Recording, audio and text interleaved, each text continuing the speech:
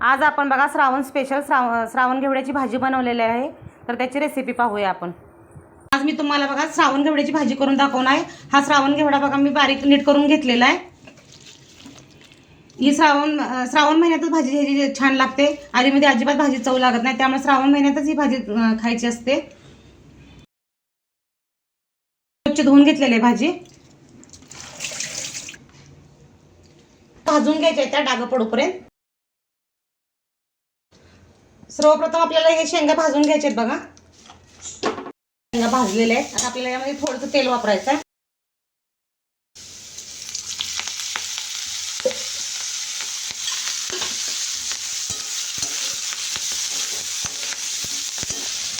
आता यामध्येच आपल्याला थोडंसं मीठ टाकायचं आहे भाजताना, थोडीशी चटणी। कमी साहित्यामध्ये झटपट रेसिपी आहे बघा ही।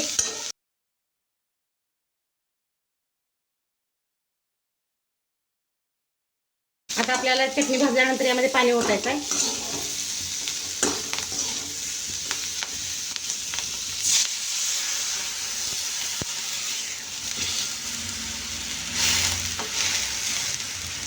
आता आपल्याला यामध्ये शेंगदाण्याचं कूट घालायचं आहे। थोडंसं मी जाडसरच ठेवलंय कूट। आता याला आपल्याला 5 ते 10 मिनिटं शिजू द्यायची शेंग चांगली। थोडीशी वरून आपल्याला कोथिंबीर टाकायची आहे यामध्ये। आता आपल्याला यावरती झाकण ठेवायचं आहे। आपल्याला याच्यावरती कोथिंबीर टाकायची आहे आणि पूर्ण यातली पाणी आटोपर्यंत आपल्याला शेंग शिजवून घ्यायची आहे बघा।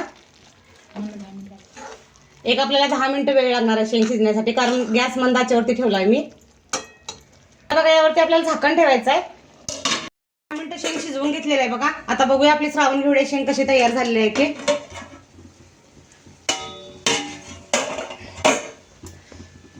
बघा यात पूर्णपणे पाणी आटलेलं आहे बघा। अशा प्रकारे आपली श्रावण घेवड्याची शेंग तयार झालेली आहे।